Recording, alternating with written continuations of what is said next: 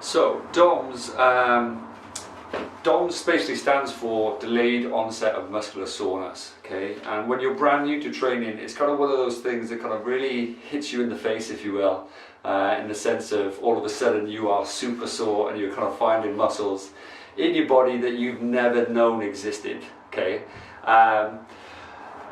At the start, it's kind of one of those things that lasts potentially a couple of days. It can last up to 72 hours in its entirety, from kind of start to finish. But typically, you'll feel this kind of level of soreness when you're starting something new for the first couple of weeks, if you will.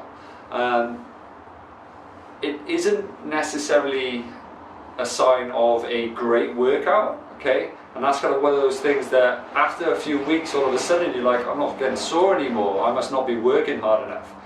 And what it is more of a sign of is your muscles are getting used to either the way you're training, like the exercise types you're doing, the level of intensity you're bringing to that workout, or potentially the load that you're lifting with. So whether that kind of be the rep ranges you're using, the weight you're lifting, whether it is weight or whether it is not, whether you just introduced weight to it and you were doing body weight exercises, all of these things could influence DOMS. You know, what I would do is not necessarily rate your level of performance based on your DOMS, because some days you're going to get it and some days you're not.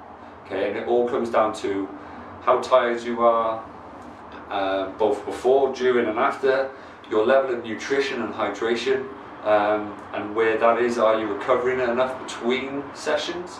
The way you're formatting your training program, if you're having back-to-back sessions where you're kind of working the same muscle groups, then naturally you're not going to be as recovered as you potentially think you are in that second session, if you're, say, doing a leg session and you're hammering your legs again.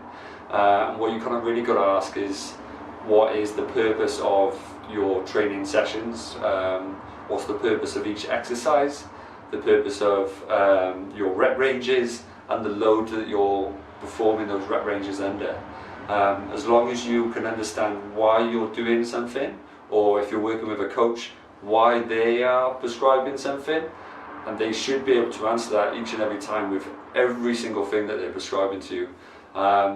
Because without knowing why, effectively, I'm a big believer in this, without knowing why, you shouldn't be doing it.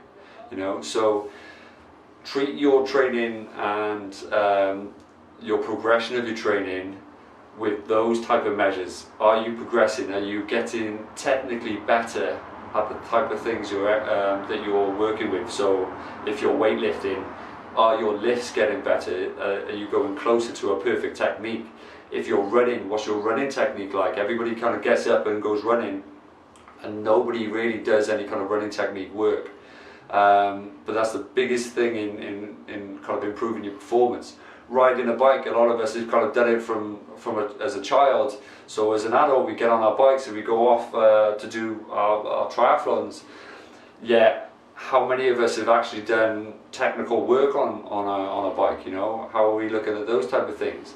And then it's kind of like really breaking it down into the purpose of the day's session. What is the goal of it? What are you trying to achieve out of today's session?